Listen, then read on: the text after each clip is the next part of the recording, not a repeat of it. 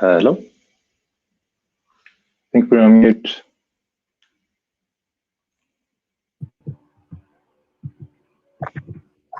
Well, good day to you all, and we thank you for accepting our invitation to participate in this global webinar, which is the GSMA's main deep dive into the 2021 State of the Industry Report on Mobile Money. This report was launched in March, and today's presentation is part of a wider series of engagements and webinars with the industry stakeholders.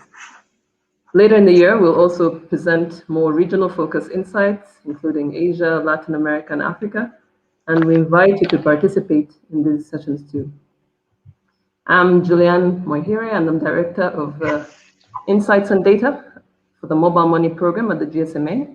The GSMA Mobile Money Program is responsible for the preparation of the State of the Industry Report, and the team is here with me today to present this report and answer your questions.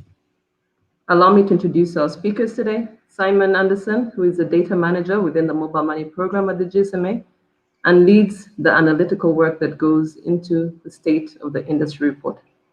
Simon is also one of the authors of this year's report and is based in London. And we have Kennedy Kimboy, who is our regulatory specialist within the Mobile Money Program at the GSMA and is based in Nairobi. 2020 was a year like no other, and the State of the Industry Report looks at what this year of upheaval meant for mobile money providers, agent networks, and the millions of new and existing customers that embrace mobile money as a safe and secure financial lifeline. The actions taken both by providers and regulators due to the COVID-19 pandemic led to a range of different outcomes. And I'll let Simon and Kennedy take you through these over the next 45 minutes. So lastly from me, just housekeeping, please feel free to ask questions in the comment field during the presentation, and we'll try to cover as many of them as possible during the 15 minutes question and answer session we will have at the end. And with that, I'll hand you off to Simon. Great, thank you, Julianne. So let's actually move straight on to the next slide and have a look at some of our headline figures for 2020. Hopefully some of you have already seen some of these, and if not, this is just to give you kind of a bird's eye view of what's happened in the industry this year. There are about 1.2 billion new registered accounts now, as you can see in the first left-hand side corner. About $2 billion a day are being transacted. And if we look at the middle of the screen here, you can see that there are now 300 monthly active accounts. And so the reason we've put this sort of bang in the middle will become clear in over the next couple of slides. But this level of activity is something that we find really interesting this year. You also see international remittances in the right-hand side corner, which has reached new levels during this very difficult year. But the sort of response of I guess diaspora and friends and family abroad has been important. At the bottom of the screen, you also see sort of the reach of mobile money, which takes us onto the next slide, where I wanted to sort of show you this this map of where mobile money is at the moment, to simplify. And as you can see, well, mobile money providers are present pretty much throughout what we call the global south, or so-called global south. I mean, you know, these terms are always a bit always changing and being updated, but I think geographically it's quite clear where mobile money is present on this one. And I think something that's interesting for us on our side, we've seen a lot of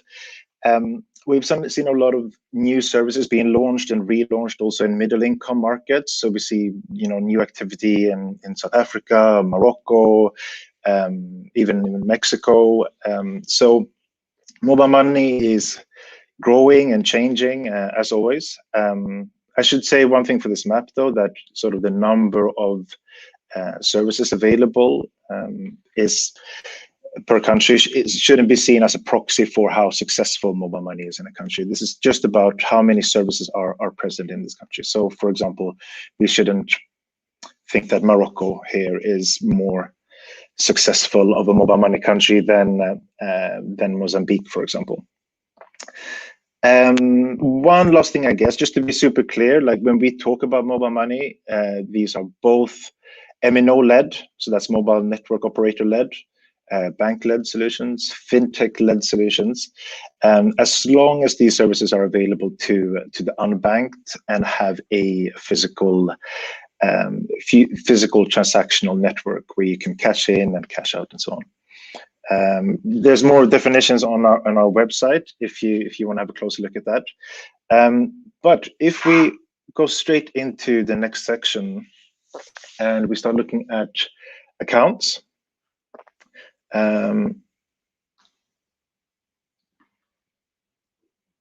give it a second. Exactly, perfect. So, I mean, despite the crisis that we've seen over the last year, I mean, this has been obviously a year like no other, like Julian said.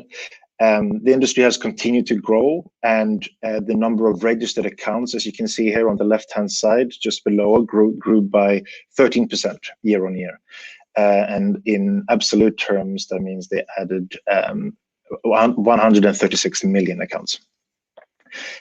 So that's, of course, super interesting. And we also see two new regional milestones that have been reached. On the right-hand side, we see there are now more than 500 million registered accounts in Africa and over 300 million registered accounts in South Asia. So again, like I said, this is super interesting. And of course, there's several reasons for growth in a year like this. One reason is we saw not just providers, but regulators also insisting on auto registration, where the documentation for customers was already in place. There was a push to make sure that more people would have access to mobile money accounts. I think also Kennedy will go into this more as regulation is his expertise, but a lot of the regulators essentially understood that mobile money would be part of the solution and part of the response to the crisis, especially in financial terms. So there was a lot of new approaches to KYC, so know your customer processes, so eKYC, and we saw more of that happening. But again, I'll leave that to Kennedy to delve into. If we have a look at the next slide, I wanted to kind of show where this growth is coming from as well when it comes to registered accounts. I won't stay on the slide for too long, but I think the pie chart or the donut on the left-hand side is maybe the most interesting part here, just to see where do the net adds come from? Where did the new accounts actually come from this year in terms of registered accounts? As you can see, Sub-Saharan Africa is still accounting for the lion's share, 43%. But 34% comes from East Asia and the Pacific. So we're seeing a lot of growth driven particularly by Southeast Asia when it comes to mobile money. We see South Asia still accounting for 11%. I think this year there was actually a slight correction there in the data. So I think in sort of real growth, we would have that chunk is actually a little bit bigger, but not significantly. Now, I mean, as we saw on the previous slide, the registered accounts have now reached 1.2 billion. And I think over the medium to long term, obviously this growth will start to taper as there will be fewer and fewer people without mobile money accounts, essentially. And what will become more interesting and more important to look at is activity. Which is what we'll be covering on the next slide. So again, if I go back to what I said on the first slide, we very much put activity in the middle of that chart for a reason, and it's so. For example, first of all, we see active accounts here, 17%. Sorry, I'm not sure. Are we still on the last slide? If we can move on to slide 7. Perfect. So the 300 million accounts here, these are accounts that are active on a monthly basis. So this grew by 17% year on year. So it's worth comparing that to the 13% growth that we saw in registered accounts, meaning that the growth of active accounts is actually faster than the growth of registered accounts. And it's worth noting that also when we talk about these 300 million, there are accounts that are active, but just aren't active on a monthly basis. So, for example, if we look at active 90 accounts that have been used within the last 3 months, the global figure of active accounts is about 440 million. But what we've done this year is that we've chosen to just look at the monthly figure. And the reason that we've done this is that we want to zoom in and look at how mobile money is becoming part of everyday life, instead of having this sort of wider perspective. Also, the 90-day figure is a bit of a legacy measurement from the telco industry. And especially with mobile money providers sort of spinning off and becoming separate businesses and so on, we thought it made more sense to start focusing on just this monthly behavior. So we've zoomed in and just focus on how many accounts are active on a monthly basis, and that's what takes us to the 300 million. I've included here a chart over time. As you can see, it took the industry almost 10 years to reach the first 100 million, and less than 5 for the next 100, or just over 5, and then less than 5 for the next 200 million. So we still see a very steady growth, and it's very interesting. If we go on to the next slide, I wanted to show where this activity is. So we've decided this year to also drill down into activity, and a lot of the activity is coming from sort of basic services, P2P transactions, and airtime top-ups. But we've created this spider chart this year to essentially look at how our customers being active. So if we look at the left-hand side here first in the spider chart, so these figures are for sub-Saharan Africa. So you can see that just over 1 in 10 accounts make a merchant payment per month, while roughly 1 in 5, or 19% of all monthly active customers make a bill payment. So there's still a lot of room to grow there. We've seen the biggest year-on-year change in behavior in bulk payments. 13% of active accounts now receive bulk payments. Meanwhile, as I guess is expected, when it comes to international remittances, only around 1% of active accounts are actually sending or receiving international remittances, which again is to be expected, seeing as people will not everyone will have family abroad, or family or friends or business partners, or whatever it might be. But I think so the main kind of takeaway from this slide is that we've come a long way in terms of activity, in terms of giving people basic services, but there's still a lot of room to grow when it comes to more advanced services like the ones on the screen now.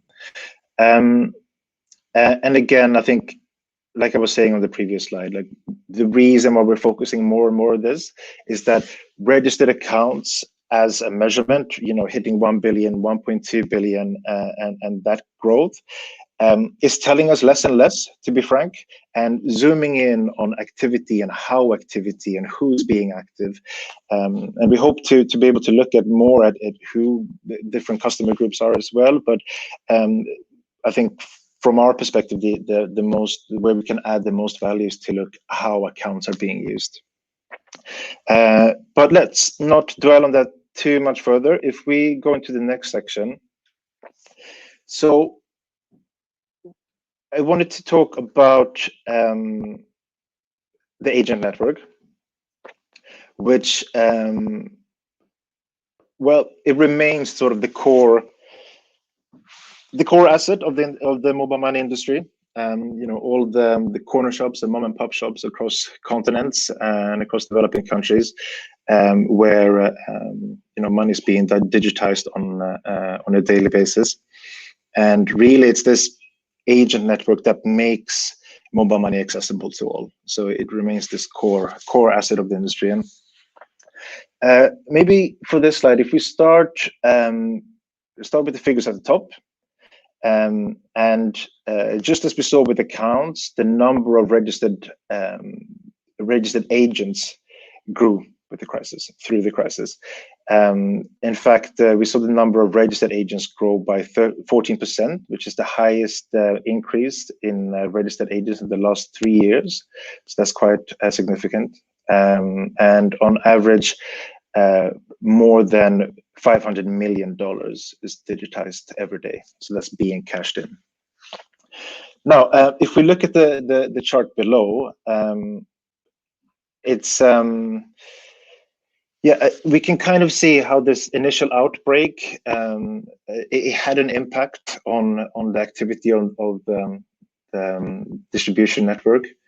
But the bounce back that we see here is really interesting. And even the decrease that we see, we're talking about a few percentage points. It's not that much. And we can see this clear dip, but the rebound actually surpassed the activity level that we saw by the end of 2019. So super interesting, and it shows kind of the resilience of the agent network.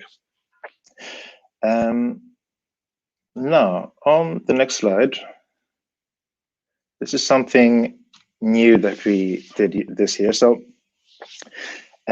something that I find super interesting. So this is a new calculation, basically, and this is in order to get around an issue that often the development community have had when it comes to agents.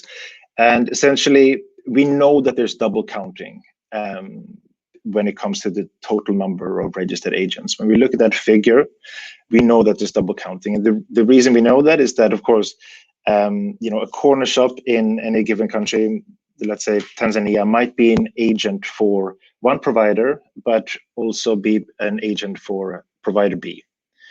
So when figures are being reported to regulators and so on, there will be double counting, or they will be reported twice, essentially. So in order to get around this, there's a full methodology in the report, so I won't drag you through all of it. But essentially, what we did is that we created a deflator based on the market concentration within any particular market. So it's at country level, so it's bottom up, so maybe I should say also the reason why we wanted to do this is to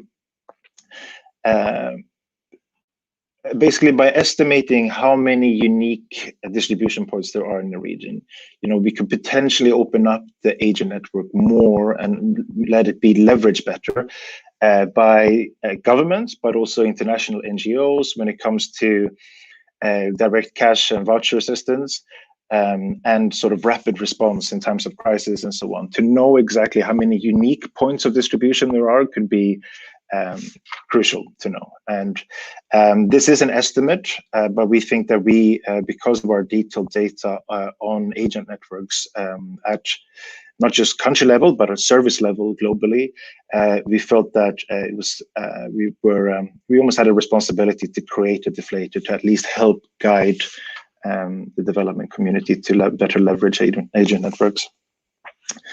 Now, let me move on to the regulatory responses and actually hand over to Kennedy. I'm not sure if you can hear me. I can hear you. Can you hear me, Simon? All good. All good. Thanks. Thank you for that introduction and the analysis you shared with us. So I'll quickly take you through some of the regulatory trends that we observed in the year 2020. So 2020 was a year of many lessons to learn. It was also a year of losses in a way, and also a year of wins. Just to begin with some of the interesting trends that we saw in the year, taxation remained an issue for the industry. Well, of course, taxation has always been there for a while, but this was sustained also last year. We understand that governments are under a lot of pressure to be able to meet their budget deficits. But again, I think the most important thing here is to understand that the affordability of financial services is driven partly, by government taxes and regulatory fees. And there's need for governments to ease taxes and, of course, other mobile money regulatory costs, especially in these tough economic times, to be able to cushion, the most vulnerable who happen to use mobile money services. Malawi previously had taxes in 2019. This was, of course, reversed by the government. But we still have an issue in Uganda where mobile money withdrawal transactions are still taxed, and in Cote d'Ivoire as well. But we believe that in the coming days, at least, we will be able to reach, a good solution to this while we still engage, the regulators in these markets. So eKYC is also a trend that is fast growing in the region, sub-Saharan Africa, and of course also globally. And the reason why eKYC is picking up is because the official identification in a number of countries are still not yet digitally enabled. So the ID that, for instance, that I have in my part of the world is still, if I could call it, analog, and this happens to be in most mobile money markets. So we are seeing a trend where there's a move to push for, automated ID solutions in support of eKYC. But this is not only being pushed, of course, by governments, but also regulators and financial regulators also trying to look for financial sector-specific ID solutions which can be queried electronically. Some of the governments that are working on such solutions include DRC, Congo, and Mozambique. But we're also seeing a trend towards governments trying to digitize their ID solutions through private-public partnership solutions, as was the case in Nigeria, where MNOs are also trying to play a part in helping governments with it. So interoperability is a third trend that is also still quite active in the mobile money markets. And we're seeing retail payment interoperability schemes that are managed by central banks, for simpler terms, national switches. And this seems to be something that it started, of course, in the previous year, but it has really picked up, and in 2020, this was sustained. This is something that, of course, we anticipate will continue happening. But what is important is to realize that, it is important for the industry to continue having adequate participation in the development of such solutions, and more particularly in the governance structures of such solutions, just to ensure that, their views are taken, into consideration. And then finally, I'd like to talk about pricing. And pricing controls came in, of course, as a measure of COVID, trying to, mitigate COVID-19 impact in many markets. We saw a number of countries trying to impose fee waivers on mobile money, albeit temporarily, and thankfully for that matter, because mobile money is very sensitive to the fees that are, have to be charged on customers, because that is the only way MNOs or mobile money operators are able to make, a small coin from these transactions. Thankfully, and as I'll mention in the slide to come after this, most countries have stopped the fee waivers, or rather they have reinstated mobile money fees. But the most important question for us to ask ourselves here is the fact that whether really there's price elasticity of demand when it comes to mobile money. So far, anecdotally, we can be able to say that there's no correlation on pricing and the uptake of mobile money services. Of course, this still calls for a lot of research, but we believe that the issues such as pricing should be left to market forces to play out. Thank you for the next slide, Simon. So now on the screen, you can be able to see some of the measures that were taken by different countries to be able to, mitigate, the pandemic effects that were faced across globally. And of course, mobile money became the saving grace for many countries that already had mobile money. Fee waivers were imposed in countries such as Rwanda, Ghana, Vietnam, and Fiji. Some regulators imposed the waivers for a short period of time. Others opted to put it for longer periods of time. And others didn't quite give clear indications when these were supposed to lapse. But thankfully, as of now, a majority of countries have reinstated fees, like I mentioned earlier. If I could also go to the second measure that we saw was the increase of transaction and balance limits. Now, this was a good one because for the longest time, the industry had been hoping and praying that transaction limits would be increased. Of course, regulators were a bit apprehensive previously due to AML CFT concerns. Thankfully, with the increase of such transactions, we got to see participation of the SME sector, playing a more active role in mobile money. And thankfully, any idea of any risks were able to be, thought of because mobile money was able to prove that indeed it's a safe and convenient, means of payments. And as a result, most governments have been able to make this particular measure permanent.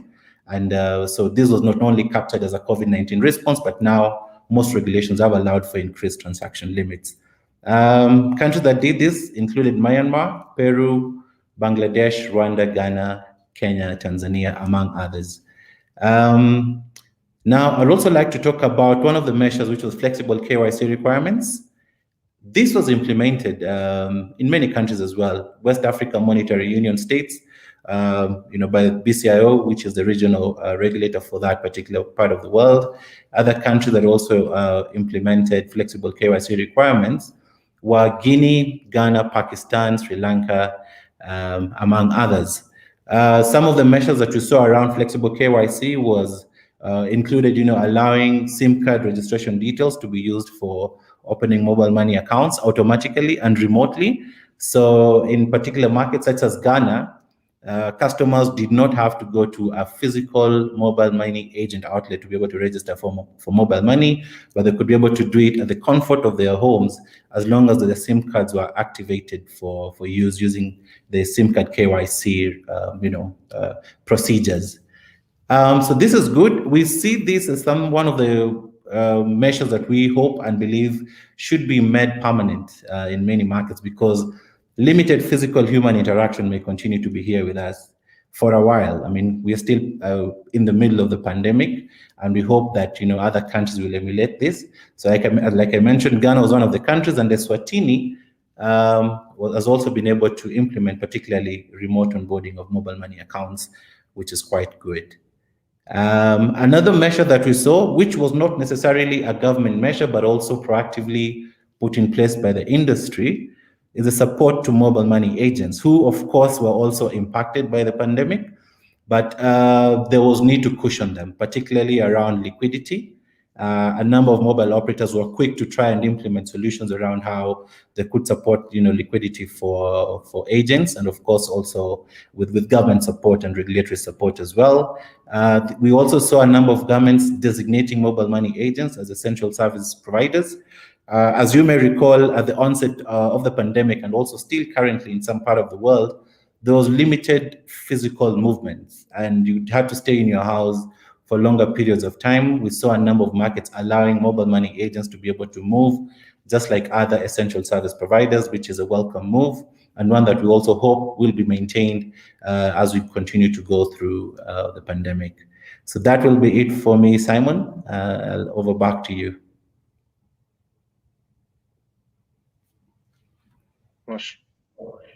Can you hear me? Yes, sir. Loud and clear. Cool. Actually, yeah, Kennedy, I was trying to say something before, actually, when you, I think I was muted, but I wanted to ask you just on when it comes to these, transaction and balance limits, how many of these countries have made it permanent, roughly? How many only did it as a temporary, response? Are we worried that some of these countries might get rid of these limits, or does it look like the majority of them will keep these as permanent changes? Well, the good news is that a number of countries actually opted to keep this permanent because there was no risk that was witnessed with the increase of the this transaction limits. In Kenya, for instance, the limit has been increased. In Ghana, this has been made permanent. I know in Rwanda as well, this is the case, and in Tanzania. Of course, Zambia also took up a similar approach. This is here to stay, so this will not go. I think the good thing is that the mobile money industry has been able to demonstrate that it is able to move more volumes and with little risk, and of course with more convenience. So I don't think some of these measures will be reversed. So it's primarily been African players doing this. It's been primarily the African players who played an active role in this, since mobile money seems to be more active here. But we saw the same also in Bangladesh, Peru, and as well as Myanmar. But what we noted during that time is that a lot of the people, of course, were observing what was happening in this part of the world first, to be able to, also copy the same. Okay. Cool. All right. So let me move on to the next section and actually look at value and transactions and kind of what. Sorry, no. Oh, there was one more slide here. So I guess this is kind of in between mine and your topics, Kennedy. Like it's an well. So this is looking at the revenue that we saw this drop in revenue during the first outbreak. Do you want to expand on this? Good. Yeah, thank you for highlighting that. Yeah, so as you may note, one of the measures that was put in place was the fee waivers. And as I mentioned, for those who understand how mobile money revenue generation works, mobile money operators make money from the fees, from the payments that customers make. So the industry took a hit initially because, of course, they had to cushion the users of mobile money, of course, during this difficult time. And of course, they were not able to make any money during this particular period. But the good thing is that from most of the financial reports that I have seen, countries that were able to reinstate mobile money fees quickly, in those countries, we have seen that mobile money operators were able to start making revenue again, which is a good thing. But countries that took a longer period of time with the fee waivers may have, operators in those markets may have faced harsher times when it comes to their balance sheets. But we hope that, over time that, some of these effects will balance out eventually. Great. Okay, thanks. Yeah, I mean, I think as always, the sort of sustainability of the industry is obviously the revenues need to be there in order to make the service sustainable for all and keep having these positive externalities, obviously. Cool. Okay. If we then head on to the transaction section, how are we for time? We got about 10 minutes. I think that's fine. If we go on to the next slide, or two slides maybe, so we get into the section. So we've been through the account section and the agent section and looked at that growth, and that continued to grow through the crisis. I say the crisis as if it's over. It's of course not over. We're all too well aware of what's going on in the world right now, but we're talking about the sort of initial outbreak and the initial response to it. What we did see was also value also continued to grow, not just agents and accounts, but also the amount of value being transacted. And to Kennedy's points, obviously, the transaction limits and fee waivers and these things, especially the transaction limits, like they had an impact here. If we look at, you can see the total figures on the left-hand side, but I think first let's talk about this trend on the right-hand side. So if you look back to 2017, that's when 1 billion a day was processed a day. And we're now at 2.1. And we're forecasting that we'll reach 3 billion by end of 2022. So the growth here is still really strong, and the amount being transacted is, it's impressive. So a doubling since just 2017. And it'll be interesting to see. We obviously always forecast very moderately and have conservative forecasts. So when economic activity resumes globally and so on, it'll be really interesting to see where we will be. And of course, to my previous point, we're not out of the woods yet when it comes to this pandemic. So when it comes to changing behavior and so on, I think we will still, the jury is still out, and we'll see exactly where we are in maybe a couple of months, in a year. But there's clear that value is still flowing through. So as you can see, just if we look at 2020 as a whole, 767 billion was transacted. So as I already said, that translates to just over $2 billion a day, and it's a 22% increase. So very impressive. And if we look kind of at the breakdown on the next slide, where this value sits, the big figure on the last slide, 767, that's for the whole year. On this slide, we're just looking at the month of December 2020.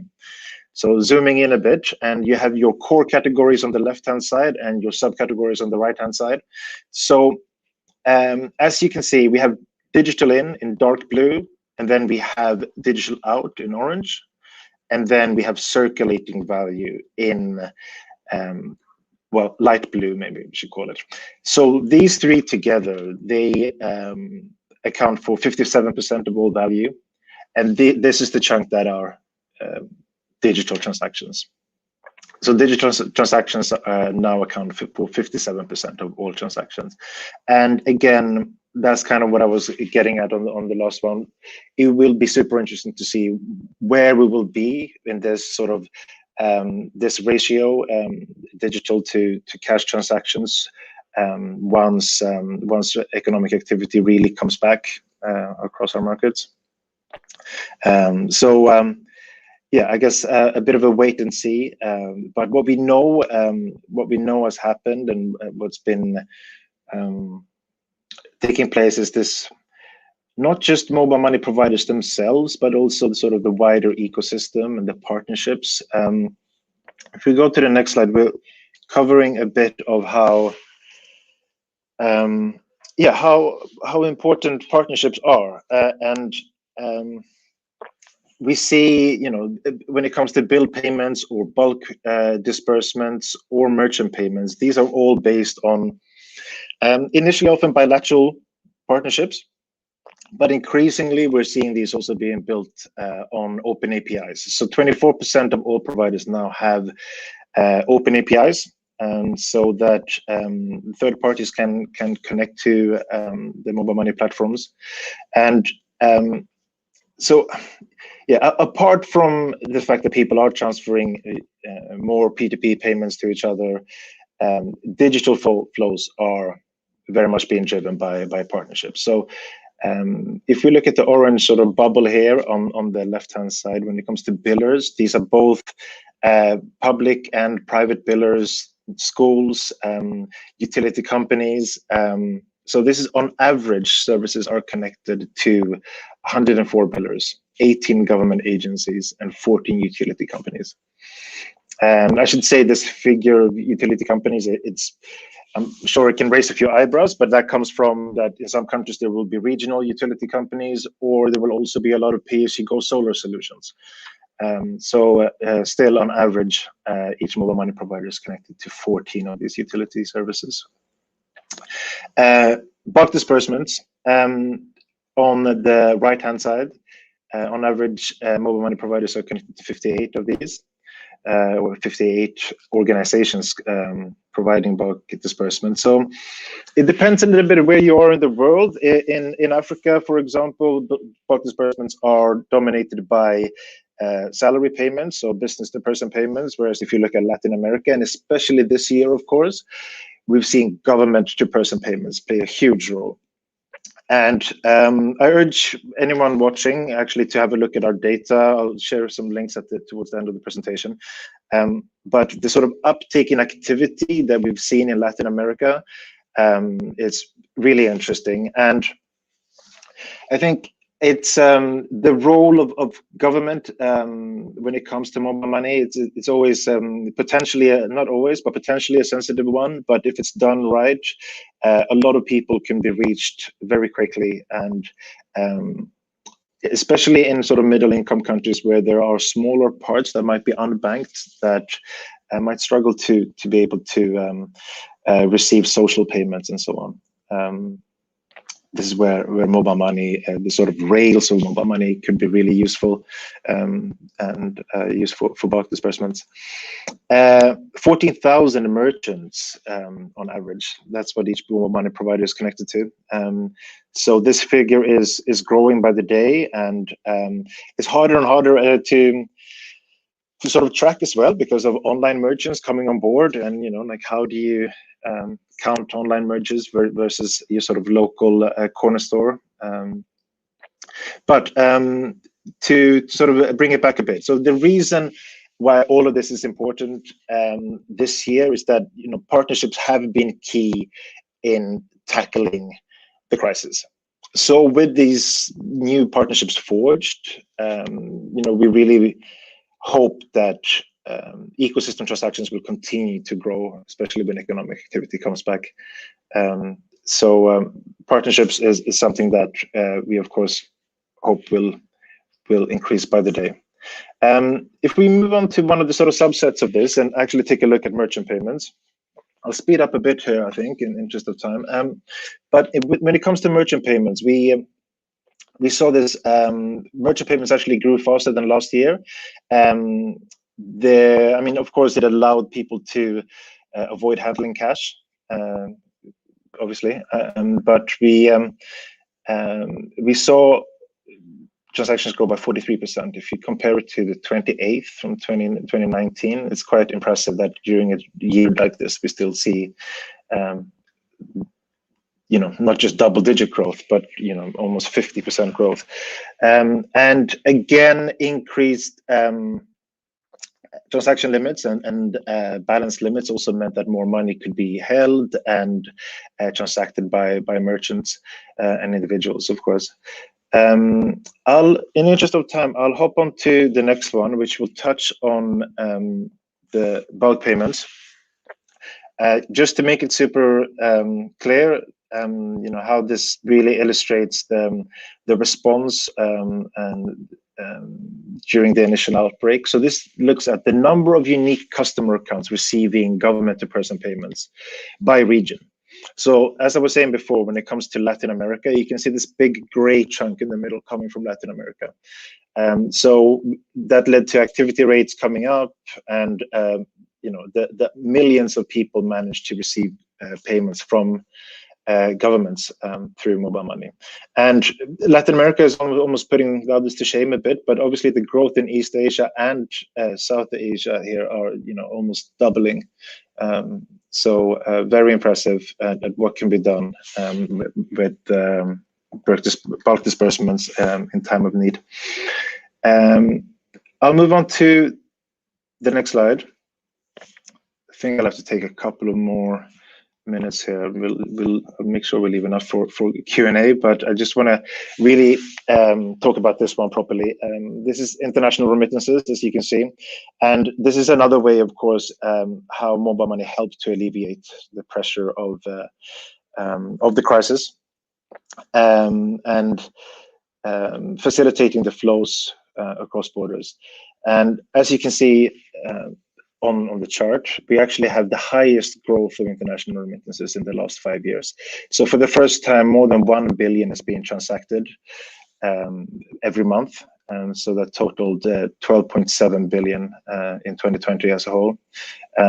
So I think what makes this interesting is also this initial fear that a lot of people have, even ourselves at some point, that with the sort of lockdowns across, especially developed countries, that would shut down a lot of remittance corridors and so on. But obviously, we've had the income support and furlough schemes and so on also coming in, and in fact, we've seen value grow faster than volume, meaning that the average ticket size, the average amount being sent, has actually gone up.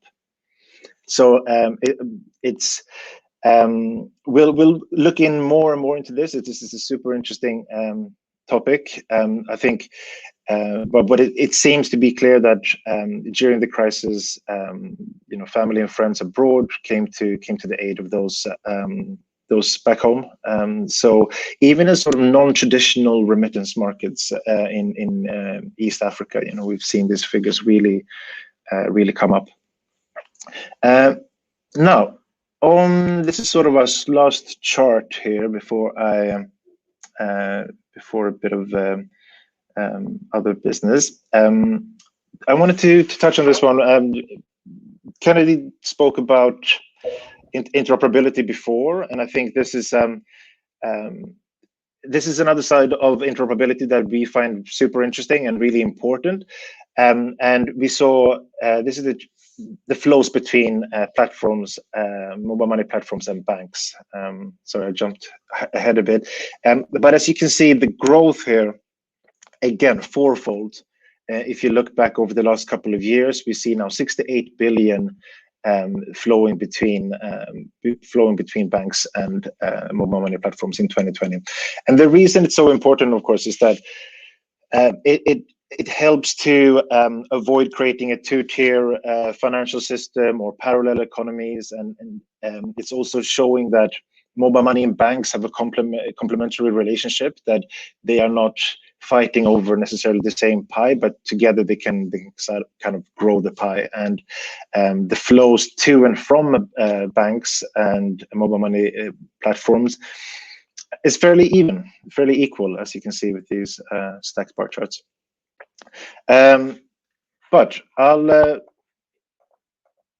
move on to one last slide where I just wanted to make a couple of points on the wider impact and sort of the indirect impact that mobile money can have. And sorry, if we move on to the next slide. So here I'll run through these a bit quickly, but I think it's really important to keep in mind always how mobile money can be leveraged to deal with socioeconomic issues. So the first box here to the upper left-hand corner is figures from the humanitarian sector, and we actually had $192 million being transacted by the World Food Program this year via mobile money. So that's obviously a huge figure. Another interesting figure is that 50% of all mobile money providers, of all bill payments that mobile money providers handle, come from utility payments. So making it easier to make such payments can, obviously alleviate a lot of difficult situations. Agriculture, of course, most countries where mobile money is present are still led, the economies are led by agriculture. So the fact that mobile money providers, or 34% of mobile money providers, are actually partnering with agribusinesses and cooperatives, it's really good to hear. And lastly, when it comes to gender, you have the figure here of 26 in the bottom right corner. And this is the number of mobile money providers who, through our sister program, Connected Women, have committed to reduce the gender gap in their mobile money customer base.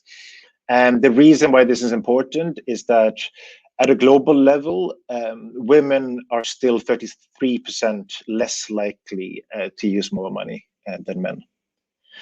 But that's sort of our last data slide. I very much urge you to go through the presentation in more detail. I wanted to show you also on the next slide just our new metrics website, which now, to those who are new, it used to be a big map of the world and it wasn't that navigable, and now it looks more like a dashboard. You can choose different, not just regions and years, but also transaction type and filter it. So for those who are interested, please have a play around with that. Kennedy, also, did you want to say a few words on the regulatory index on the next slide? Cool. So as we wait for the slide, cool, there it is. So the regulatory index is a tool that we've developed in order to basically show how enabling or non-enabling regulatory frameworks are for mobile money. We began this exercise in 2018, and we've had different iterations. We recently also refreshed the data on this particular site. this particular tool is very vital for operators, our members, for regulators who may need to, see some of the things they need to learn from other regulators, and of course also for the donor community, just trying to see some of the markets they can be able to, support in terms of, driving financial inclusion from a regulatory perspective. All these are available on the Metrics website that Simon has just mentioned. Great, perfect. I think with that, we have a couple of links here to our social media and so on. But I think we might as well go into our Q&A. I know we're slightly more pressed for time than we intended to be, which unfortunately tends to be the case sometimes. But I had a few questions come through. I don't know if you have access to them as well, Kennedy. Maybe you can have a look. But I thought maybe we can sort of start off. We actually had a question where our data comes from, and do you use other your own methods or World Bank Findex data or any other?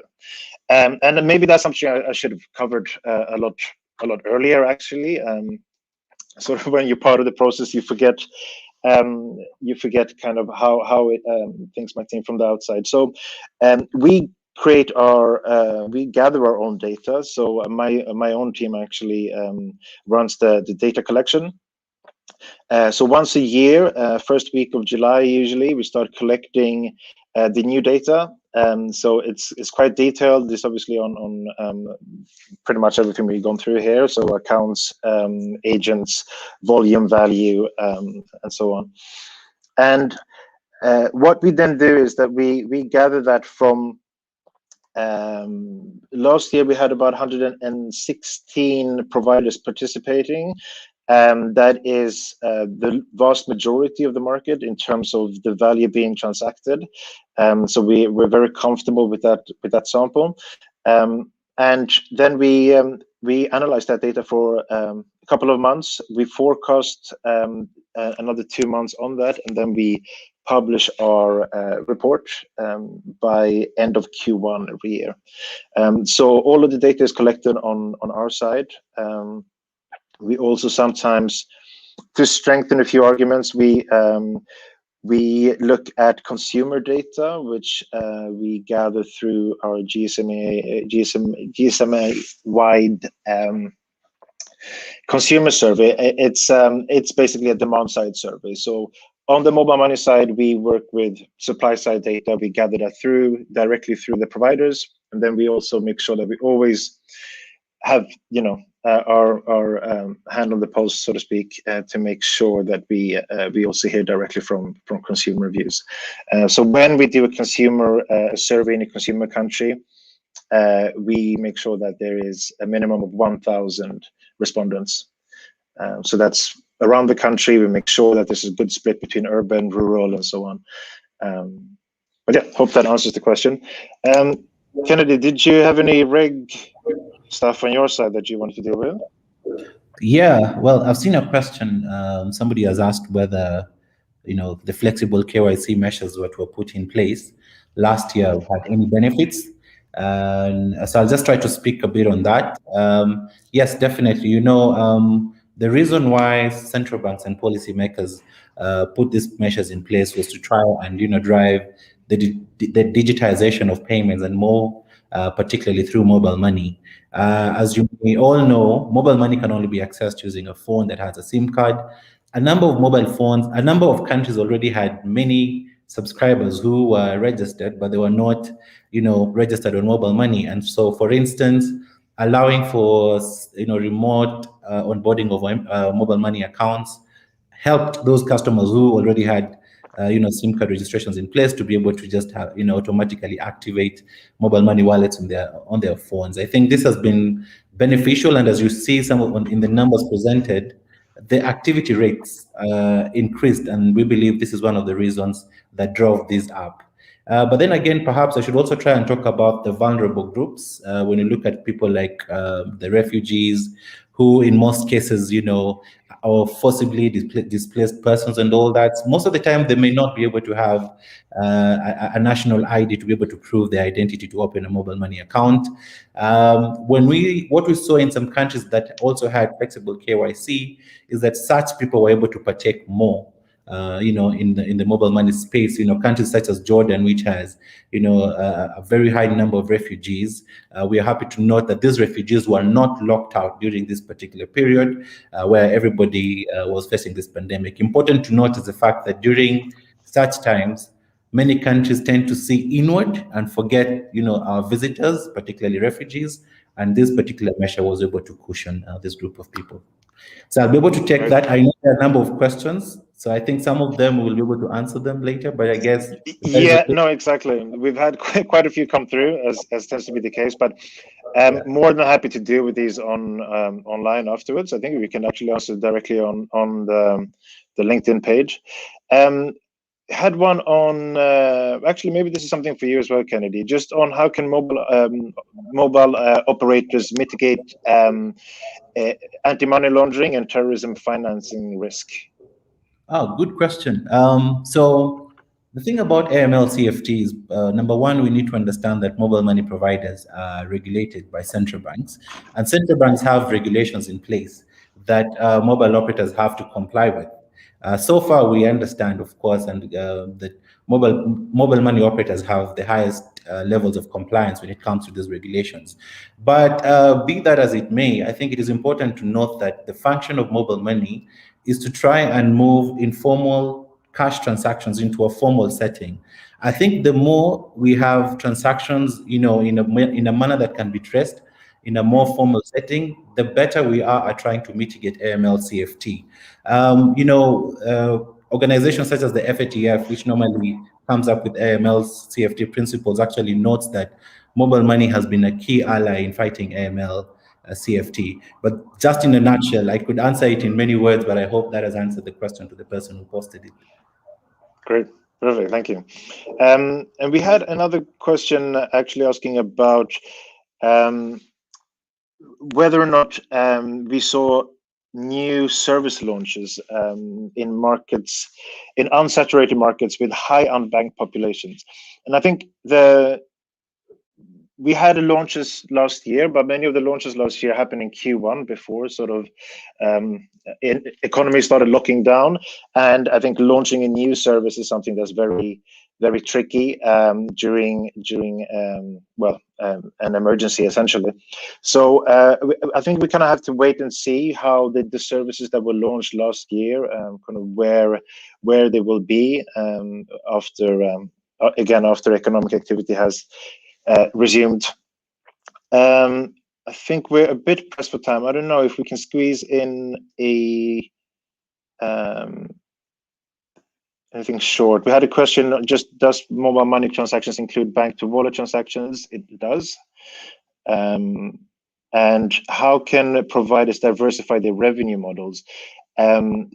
Yeah, I mean, so that's something that's obviously crucial because of how we saw that dip. And I think in interest of time, I think the main thing is that providers maybe need to find more partnerships with businesses and with governments to not be so reliant on customer fees in the long term.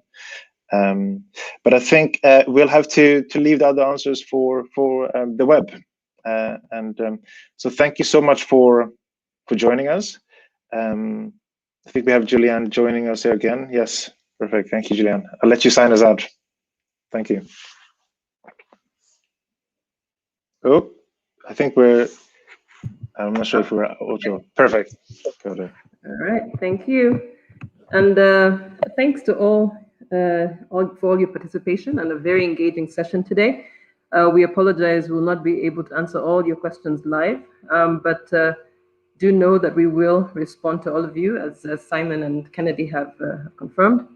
And we encourage you to download the full report. It's running on your screen right now. Please check out that link, and the full State of the Industry Report 2021 is on that link.